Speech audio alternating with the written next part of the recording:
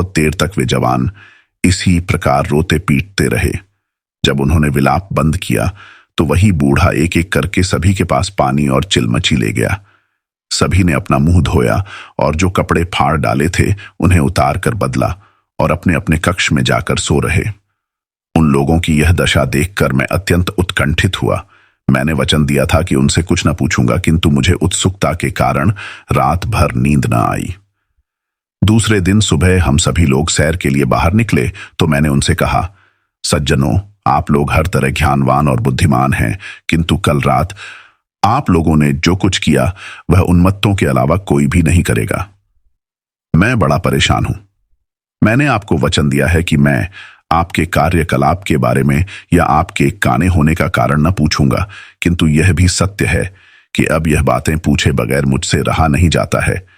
इसलिए मैं आपसे पूछता हूं कि आप लोगों ने अपना मुंह क्यों काला किया और क्यों मातम किया, और यह भी कि आप सभी दाहिनी आंख से काने क्यों हैं।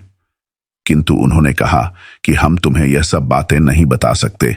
अगर तुम्हें हमारे साथ रहना हो तो इन प्रश्नों को भूल जाओ। वह दिन भी बीता। रात को हम लोगों ने फिर अलग अलग भोजन किया।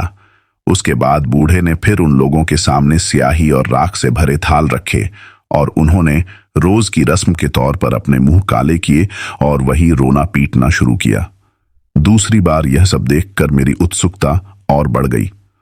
अगले दिन मैंने उनसे कहा, हे मित्रों, अब मुझे आप लोगों की यह दशा चुपचाप बैठकर नहीं देखी जाती। आप कृपया अपनी बातें मुझे बताएं और कोई ऐसा भी उपाय बताएं जिससे मैं अपने देश में पहुंच जाऊं। उनमें से एक जवान ने मुझसे कहा, तुम हमारी दशा देखकर दुखी ना हो। हम लोग तुम्हारे मित्र और हितचिंतक हैं, इसीलिए हम तुम्हें यह बातें नहीं बताते। कहीं ऐसा ना हो कि तुम्हारी दशा भी हम लोगों जैसी हो जाए। वैसे तुम बहुत जोर देते हो तो हम बता भी सकते हैं, किंतु उसका फल अच्छा नहीं होगा। मैंने कहा, मैं यह सब जानना चाहता हूं, फल चाहे जो कुछ हो। वह जवान बोला, देखो, हम तुम्हें एक बार फिर समझाते हैं कि इन बातों को जानने की जिद छोड़ दो। हमारा कहना मानो और इस बारे में कुछ न पूछो, वरना हमारी तरह तुम भी काने हो जाओगे। मैंने कहा, इस बात के फलस्वरूप मुझे जो भी दुख पहुंचे मैं उसे सहने के लिए तैयार हूं। मैं इसे अपना ही दुर्भाग्य समझूंगा और आप लोगों में से किसी को इसके लिए दोष नहीं दूंगा। उस जवान ने कहा, देखो, अगर किसी कारणवश तुम्हारी दाहिनी आंख फूटी और तुम हमारे पास वापस आए तो तुम हमारे साथ नहीं रह पाओगे। तुम देख रहे हो कि यहाँ 10 ही कक्ष हैं और 10 भरे हुए हैं। यहाँ अब 11वें आदमी के रहने की गुंजाइश नहीं है। मैंने कहा, मुझे यह भी स्वीकार है कि आप मुझे यहाँ न रहने दें, लेकिन अपना भेद जरूर बताएं। जब उन 10 जवानों ने देखा कि मैं अपनी बात पर अड़ा हुआ हूं तो उन्होंने एक भेड़ का वध किया और उसकी खाल उतारी। फिर छुरी मुझे दे दी और कहा, इसे होशियारी से रखो, यह तुम्हारे बहुत काम आएगी। हम लोग तुम्हें इस भेड़ की खाल में सी देंगे और यहां से हट जाएंगे। फिर यहां एक अति विशालकाय पक्षी, जिसे रुख कहते हैं, आएगा और तुम्हें भेड़ समझकर झपट्टा मारकर उठा लेगा और एक बहुत ऊंचे पहाड़ की चोटी पर रखकर तुम्हें खाना चाहेगा। हम पहले से होशियार किए देते हैं। ज्यों ही तुम्हें मालूम हो कि जमीन पर रखे गए हो, इसी छुरी से खाल को चीरकर बाहर निकल आना और जोर से चीखना। रुख पक्षी इससे डर कर भाग जाएगा। इसके बाद तुम निर्भय होकर आगे बढ़ जाना। कुछ दूर चलकर तुम्हें आलीशान महल मिलेगा। उस महल पर ऊपर से नीचे तक हर जगह सोने के पत्थर मड़े हैं और जगह जगह पर बड़े सुंदर ढंग से हीरे और दूसरे रत्न जड़े हुए हैं। तुम निर्द्वंद्व रूप से मकान के दरवाजे से, जो हमेशा खुला रहता है, अंदर चले जाना। हम सभी एक एक करके उस मकान में रहे हैं, किंतु उसमें क्या होगा यह बताने की जरूरत हम नहीं समझते, और जो कुछ हमारे साथ हुआ वह भी नहीं बताएंगे, क्योंकि हमारी दशा ऐसी नहीं है कि उसके कहने सुनने से खुशी हो।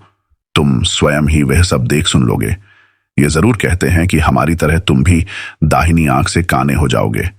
वैसे तो तुम पर जो अभी तक बीता है और जो आगे बीतेगा वह सब लिखो तो पूरी पुस्तक तैयार हो जाएगी, किंतु हम इससे अधिक कुछ न कहेंगे।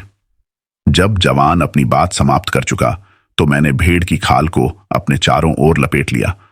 उन लोगों ने कुशलतापूर्वक मुझे इस तरह से सी दिया कि मेरे सांस लेने के लिए जगह रहे।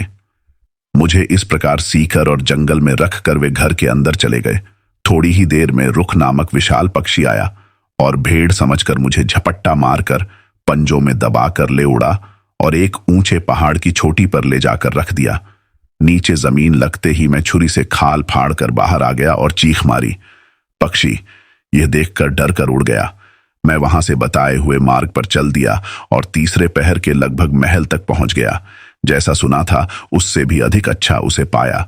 खुले दरवाजे से अंदर पहुंचा तो अंदर एक और शानदार चौकोर मकान देखा जिसके चारों ओर 100 द्वार थे।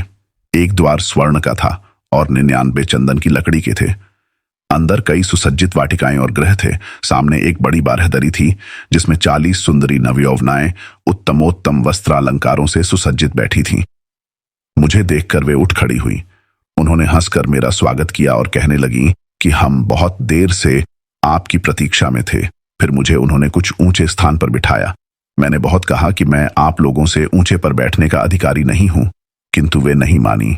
वे बोली, आप हम सभी के पति और स्वामी हैं और हम सब आपकी पत्नियां और दासियां हैं। उन्हें देखकर और उनकी बातें सुनकर जो प्रसन्नता मुझे हुई उसका वर्णन संभव नहीं है। कोई सुंदरी मेरे पांव धोने को गर्म पानी लाई, किसी ने सुगंधित जल से मेरे हाथ धुलाए, किसी ने बहुमूल्य वस्त्र लाकर मुझे पहनाए, कोई नाना प्रकार के स्वादिष्ट व्यंजन मेरे सामने ले आई और उन्हें मेरे सामने सजा दिया। कोई नवयौवना सुगंधित मदिरा की सुराही और प्याला लेकर मुझे पिलाने के लिए आ गई।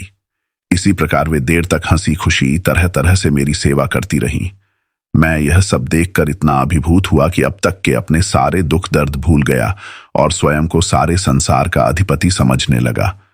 मैंने उन सभी सुंदरियों के साथ बैठकर भोजन और मदिरा पान किया। भोजन के बाद वे मेरे चारों ओर बैठ गईं और उन्होंने मुझसे मेरी यात्रा का वृत्तांत पूछना आरंभ किया और मैंने बताना। इतने में रात हो गई।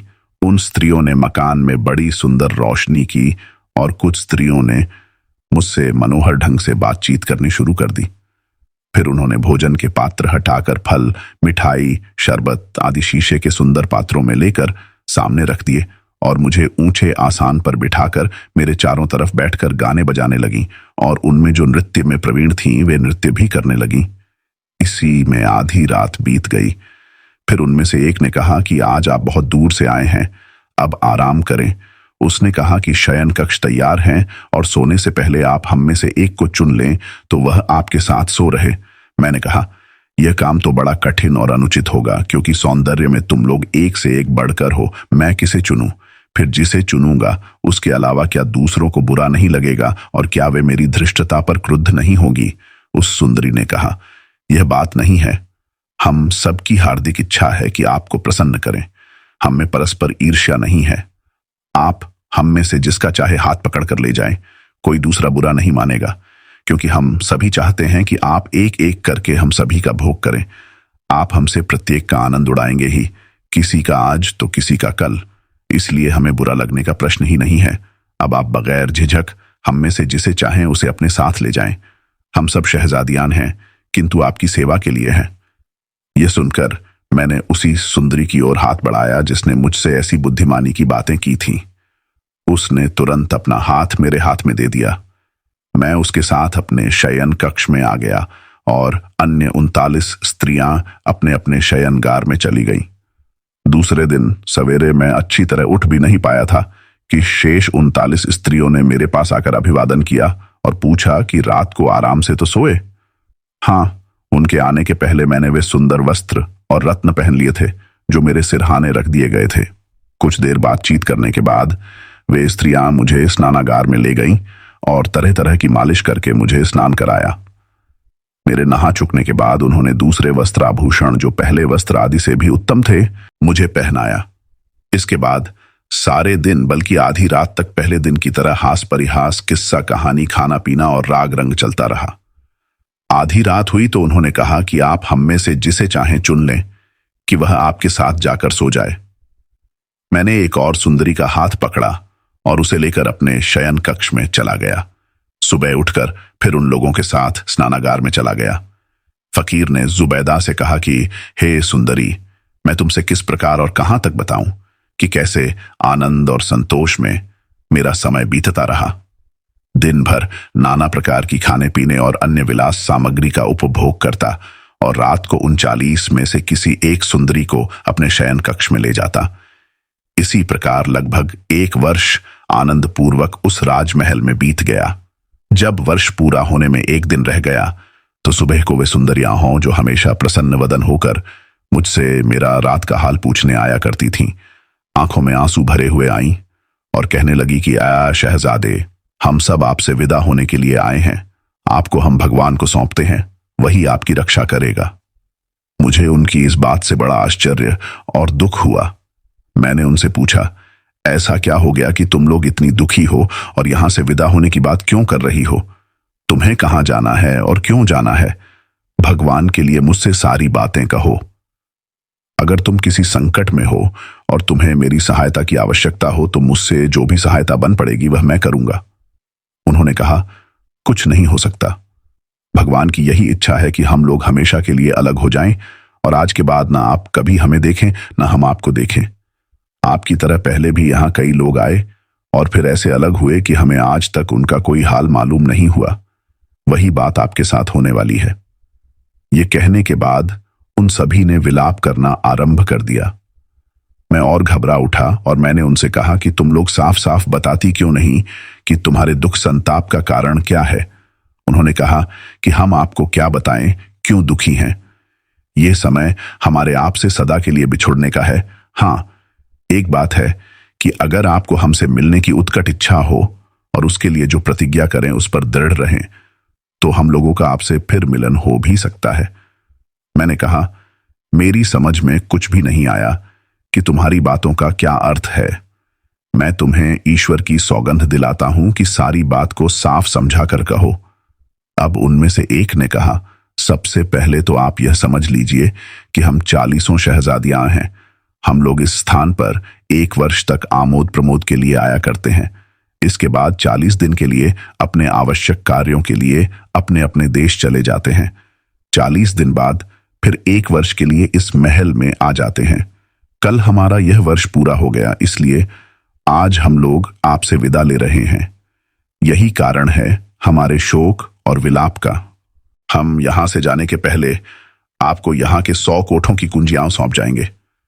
हमारे पीछे आप सभी में घूम फिरकर अपना जी बहलाएं, लेकिन हम आपको अपनी सौगंध देते हैं कि इस स्वर्ण द्वार को न खोलना।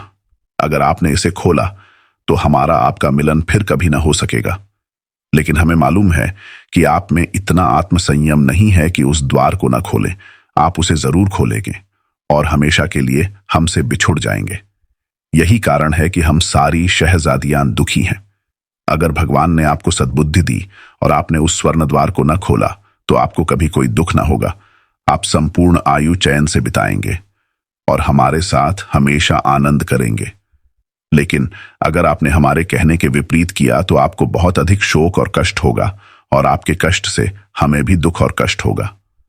हम फिर आपसे सौगंध देकर कहते हैं कि इस स्वर्ण द्वार को न खोलना। हमसे वादा कीजिए कि आप ऐसा नहीं करेंगे कि आप हमसे हमेशा के लिए बिछुड़ जाएं। हम वैसे इस स्वर्ण द्वार की चाबी अपने साथ भी ले जा सकते हैं, किंतु यह अच्छा नहीं मालूम होता कि आप जैसे जिम्मेदार और बड़े आदमी पर अविश्वास करें और चाबी आपके हाथ में न दें। हाँ, एक बार फिर यह कहते हैं कि अगर आपने यह स्वर्ण द्वार खोला तो हमें और आपको अतीव कष्ट होगा। उनकी बातें सुनकर मैं भी दुखी हुआ। मैंने उनसे कहा, मुझे तुम लोगों से अलग होने का अत्यंत दुख है। खैर, किसी प्रकार यह 40 दिन काटूंगा। तुम्हारी इस नसीहत को हमेशा याद रखूंगा कि यह स्वर्ण द्वार न खोलूं। मुझे तो नहीं मालूम होता कि मुझ में इतना अधैर्य है कि तुमसे किया हुआ वादा तोड़ दूं।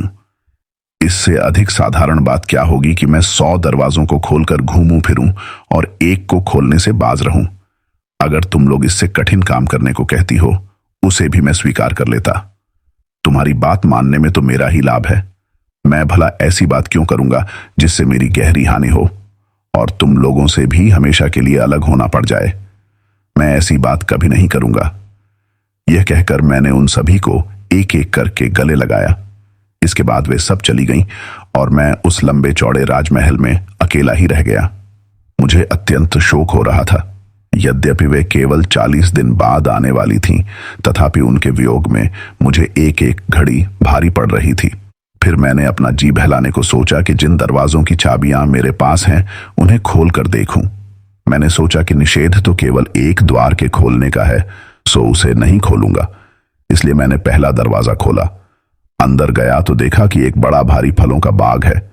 ऐसा शानदार फलों का बाग संसार में शायद ही कोई और हो। उसमें सहस्रों सघन और सुंदर वृक्ष उचित दूरियों पर लगे थे। उनमें नाना प्रकार के सुस्वादु और आकर्षक रंगों के फल लगे हुए थे। उनमें से बहुत से फल ऐसे थे जिनका मैं नाम भी नहीं जानता था। उन वृक्षों में सिंचाई का प्रबंध इस प्रकार किया गया था कि एक बड़ी और पक्की नहर से काट काट कर छोटी छोटी नहरें इस कारीगरी से निकाली गई थीं कि प्रत्येक वृक्ष की जड़ में पानी पहुंचता था। उसके लिए किसी आदमी की जरूरत न थी कि पेड़ों की जड़ों में पानी पहुंचाए। इससे हर पेड़ हरा भरा रहता था। कई वृक्ष तो इतने अधिक फलों से लदे थे कि उनकी डालियां झुक गई थीं। कुछ वृक्षों में केवल इतना पानी पहुंचा था कि उनमें फल पकी हुई हालत ही में रहे। बाग को ऐसे बुद्धिमानों ने लगाया था कि प्रत्येक वृक्ष को केवल उतना पानी पहुंचने का प्रबंध था जिससे वे सदैव हरे भरे रहें और ऐसा न हो कि सड़ गल जाए। मैं बहुत देर तक उस बाग में घूमता फिरता रहा। वहां बहुत सी वस्तुएं थीं जिन्हें देखकर मुझे आश्चर्य होता और मैं प्रत्येक वस्तु को ध्यानपूर्वक देखता। फिर मैं उस बाग में वापस आया और उसके दरवाजे में ताला लगा दिया। फिर मैंने दूसरा दरवाजा खोला। इसके अंदर एक फूलों का बाग था। पहले बाग की जैसी कारीगरी ही से इस बाग के हर पौधे में उचित मात्रा में पानी पहुंचाने का प्रबंध किया गया था। संसार में कोई ऐसा फूल नहीं होगा जो उस वाटिका में न हो। गुलाब, चमेली, नरगिस, बनफशा, सौसन, चंपा, बेला, मोतिया आदि नाना प्रकार के फूल वहां पर खिले हुए थे। उनकी सुगंध हवा में भरी हुई थी और उसके कारण मस्तिष्क को बड़ा सुख मिल रहा था। मैं सुध-बुध खोकर घंटों वहां घूमता रहा। फिर मैंने उस बाग का दरवाजा भी बंद किया और तीसरा दरवाजा खोला। उसके अंदर एक पक्षी गृह था। उसमें सारा फर्श संगमरमर का था और ऊंचाई से चंदन आबनूस की लकड़ियों से बने पिंजरे लटक रहे थे, जिनमें तोता, मैना, बुलबुल, लाल इत्यादि भांति भांति के पक्षी थे। वे अपनी मीठी बोलियों से चित्त प्रसन्न कर रहे थे। उन पिंजरों में दाने और पानी की कुल्हियां बहुमूल्य पत्थरों की बनी थीं। इतना बड़ा पक्षी गृह था कि कम से कम आदमी उसकी संभाल के लिए जरूरी थे, लेकिन वहां एक भी आदमी दिखाई नहीं देता था। साथ ही इतनी सफाई भी थी कि एक तिनका इधर उधर पड़ा दिखाई नहीं देता था। शाम हुई तो सारे पक्षी अपने अपने पंखों में छोंच डालकर सो गए और मैं भी पक्षी गृह का ताला लगाकर अपने शयन कक्ष में आ गया और सो रहा। दूसरे दिन सुबह एक और द्वार खोला तो उसमें एक बड़ा महल देखा। उसमें 40 प्रकोष्ठ बने थे, किंतु सभी के दरवाजे खुले थे। एक कोठे में सिर्फ मोती भरे थे। मोतियों के विभिन्न आकारों के हिसाब से ढेर लगे थे। एक ढेर में कबूतर के अंडे जितने बड़े मोती थे। फिर उनसे छोटे मोतियों के कई ढेर थे। दूसरे कोठे में नीलम भरे थे, चौथे में सोने की ईंटें, पांचवें में अशर्फियां, छठे में चांदी की ईंटें, सातवें में मुद्रा की ढेरियां थीं। इसी प्रकार अन्य कोठों में किसी में पुखराज, किसी में पन्ना, किसी में मूंगा आदि रत्न भरे हुए थे। मैं इस असीम रत्नागार को देखकर आश्चर्यान्वित हुआ और सोचने लगा कि मैं कितना भाग्यशाली हूं कि इतने खजाने और 40 सुंदर शहजादियों का स्वामी हूं। फकीर ने जुबैदा से कहा कि हे सुंदरी, मैं उस ऐश्वर्य का उल्लेख करने में असमर्थ हूं जो मैंने वहां देखा। 39 दिनों तक मैं विभिन्न द्वारों में जाकर वहां की आश्चर्यप्रद वस्तुएं देखता रहा। 40वें दिन मेरे देखने के लिए सिर्फ एक दरवाजा रह गया। यह वही दरवाजा था जिसे खोलने को मुझसे मना किया गया था। मुझे शैतान ने बहका दिया और मैंने अपनी कस्में और वादे तोड़कर उस दरवाजे को भी खोल डाला। दरवाजा खोलते ही उससे बड़ी तेज सुगंध आई जिससे मैं सुध-बुध खो बैठा। होश में आया तो अंदर गया और ठहर कर उस गंध के कम होने की प्रतीक्षा करने लगा। फिर अंदर जाकर देखा तो बहुत बड़ा महल है जिसके फर्श पर केसर बिछी है और सोने की तिपाइयों पर चांदी के दीपक जल रहे हैं जिनमें इत्र के जैसे सुगंधित तेल भरे थे। इसी से वहां तेज सुगंध हो रही थी। और भी कई आश्चर्य की चीजें मैंने वहां पर देखी। मैंने देखा कि एक ओर बहुत उम्दा मुश्की घोड़ा बंधा है उसके सामने जो जलपात्र था उसमें गुलाब जल भरा हुआ था और खाने की नाद में तिल और जौर भरे थे। उस घोड़े की लगाम में सोने के पत्थर लगे थे। मैंने उस घोड़े की लगाम पकड़कर उसे बाहर निकाला कि बाहर के प्रकाश में उसे भली प्रकार देख लूं। बाहर लाकर मैं उस पर सवार हो गया और उसे चलने का इशारा दिया, लेकिन वह न चला। फिर मैंने उसे एक चाबुक मारा। चाबुक लगते ही घोड़ा भयानक रूप से हिनहिनाया और अपने पंखों से, जिन्हें मैंने पहले नहीं देखा था, उड़ चला। मैं घबराकर उसकी अयाल पकड़कर लटक गया। घोड़ा मुझे लेकर इतना ऊंचा उड़ा कि वहां से पृथ्वी बहुत छोटी दिखाई देती थी। फिर वह उतरकर उसी तांबे के मकान की छत पर पहुंच गया जहां पर मैं पहले पहुंचा था। वहां उसने अपने शरीर को इतने जोर का झटका दिया कि मैं पीठ के बल जमीन पर गिरा। घोड़े ने अपनी पूंछ मेरी दाहिनी आंख में मारी, जिससे वह फूट गई। फिर घोड़ा उड़ गया। मैं किसी तरह गिरता पड़ता नीचे आया। नीचे बारहदरी और उसके इर्द गिर्द बने हुए 10 कमरों को देखकर मुझे विश्वास हो गया कि यह वही महल है जहां मैं पहले आया था। उस समय वे 10 जवान वहां नहीं थे। मैं उनकी प्रतीक्षा करने लगा। कुछ देर में वे लोग बूढ़े आदमी के साथ वहां आए। उन्होंने न मेरी ओर कुछ ध्यान दिया, न मेरी आंख फूटने पर सहानुभूति प्रकट की। उन्होंने कहा, देखो भाई, हम लोग तो तुम्हारे दुर्भाग्य का कारण नहीं सिद्ध हुए। मैंने कहा, आप लोग ठीक कहते हैं।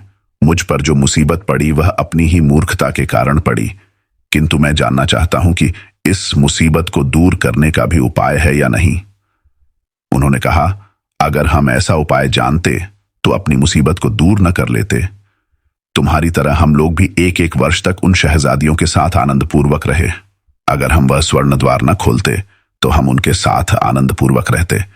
तुम हम लोगों से अधिक बुद्धिमान दिखाई देते थे, फिर भी तुम वह सोने का दरवाजा खोलने से बाज ना आ सके और अपने को ऐसी मुसीबत में डाल बैठे। अच्छा, यह तो हम तुम्हें पहले ही बता चुके हैं कि अब यहां 11वें आदमी के रहने के लिए स्थान नहीं है। तुम्हारे लिए यही उचित होगा कि तुम यहां से बगदाद जाओ, जहां का रास्ता हम बता देंगे।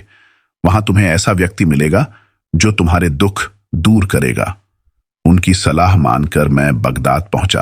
रास्ते में दाढ़ी, मूंछ और भवें मुंडवा दी और फकीरों के वस्त्र पहन ली। चलते चलते बहुत दिन बाद आज शाम को बगदाद पहुंचा। परकोटे पर इन दोनों साथियों से भेंट हुई। फिर तुम्हारे घर आए जहां तुमने हमारा बड़ा सत्कार किया। जब तीसरा फकीर अपना हाल कह चुका तो जुबैदा ने उससे और उसके दोनों साथियों से कहा कि मैंने तुम तीनों का अपराध क्षमा किया, अब तुम लोग यहां से चले जाओ। एक फकीर ने कहा कि आप कृपा करके हमें इतनी अनुमति दें कि हम यहां रुककर इन बाकी 3 आदमियों की कहानी भी सुन लें। जुबैदा ने खलीफा, जाफर और मसरूर की ओर देखकर अपना अपना हाल कहने का इशारा किया। वह यह तो जानती ही न थी कि यह लोग कितने उच्च पद के हैं, इसीलिए उसने उन्हें अपना अपना हाल सुनाने की आज्ञा दी। खलीफा के मंत्री जाफर ने निवेदन किया, हे सुंदरी, हम लोग इस महल में प्रवेश करने के समय ही अपना अपना हाल कह चुके हैं।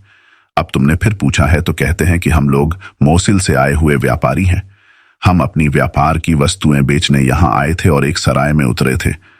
आज रात के लिए एक व्यापारी ने हमें खाने का निमंत्रण दिया। जब हम उसके घर पहुंचे तो उसने हम लोगों को अत्यंत स्वादिष्ट भोजन कराया और बढ़िया शराब पिलाई। फिर देर तक उसके यहाँ संगीत और नृत्य का कार्यक्रम चला। वहां का शोर इतना बड़ा कि गश्त पर निकले सिपाही आ गए।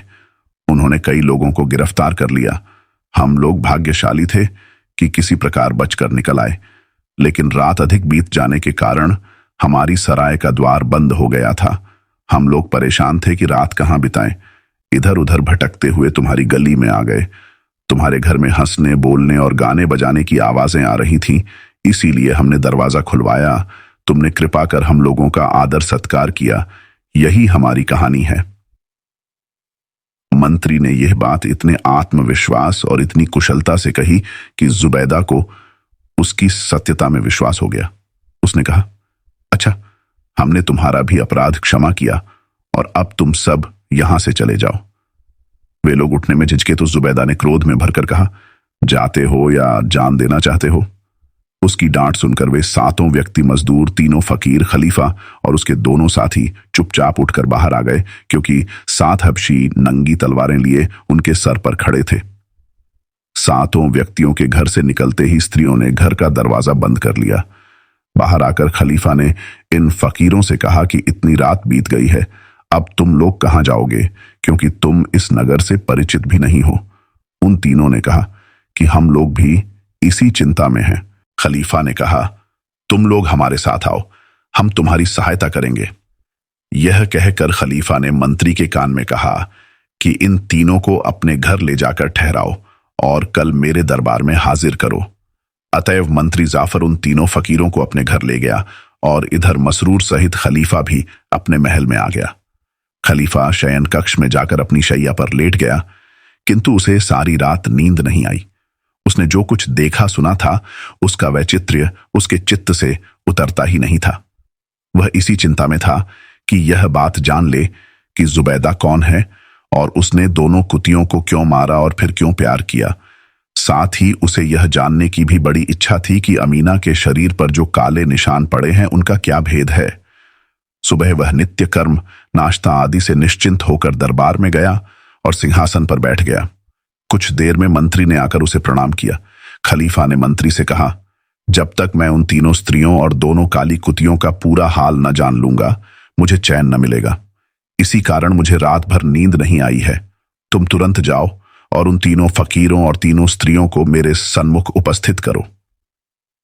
मंत्री ने उस मकान में जाकर पिछली रात की बातों का उल्लेख किए बगैर उन तीनों स्त्रियों से कहा कि खलीफा तुम लोगों से कुछ बात करना चाहते हैं, तुम दरबार में चलो।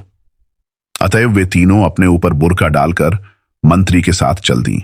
रास्ते में मंत्री ने अपने घर होते हुए तीनों फकीरों को भी बगैर उन्हें कुछ बताए अपने साथ ले लिया। खलीफा उन स्त्रियों और फकीरों को देखकर बड़ा प्रसन्न हुआ। उसने तीनों स्त्रियों को अपने पीछे की ओर पर्दे के पीछे बिठाया ताकि दरबारियों और सेवकों पर प्रकट हो जाए कि ये सम्मानीय महिलाएं हैं। फिर उसने उन तीनों फकीरों को, जो दरअसल राजा और राजकुमार थे, उनकी प्रतिष्ठा के अनुसार अपने समीप आसन दिए। स्त्रियों के आसन ग्रहण करने के बाद खलीफा ने उनकी ओर मुंह करके कहा, कल रात मैंने मोसिल के व्यापारी के रूप में तुमसे भेंट की थी। हमारी बातों से तुम लोगों को कुछ दुख हुआ था और इसीलिए तुम हम लोगों से नाराज हुई थी। मैंने आज जो तुम्हें बुलाया है वह इसलिए नहीं कि मैं तुम लोगों को कोई दंड देना चाहता हूं। मैंने वह बात तो भुला दी है। मैं तुम्हारे आने से बड़ा प्रसन्न हूं। तुम में जो सद्बुद्धि है वह यदि बगदाद की सारी स्त्रियों में आ जाए तो कितना अच्छा हो। यद्यपि हमने अपना वादा तोड़कर तुम्हें दुख पहुंचाया, किंतु फिर भी तुमने हम लोगों पर कृपा करके हमें छोड़ दिया। खलीफा ने आगे कहा, कल रात मैं मोसिल का व्यापारी था और तुम्हारे आदेश में था।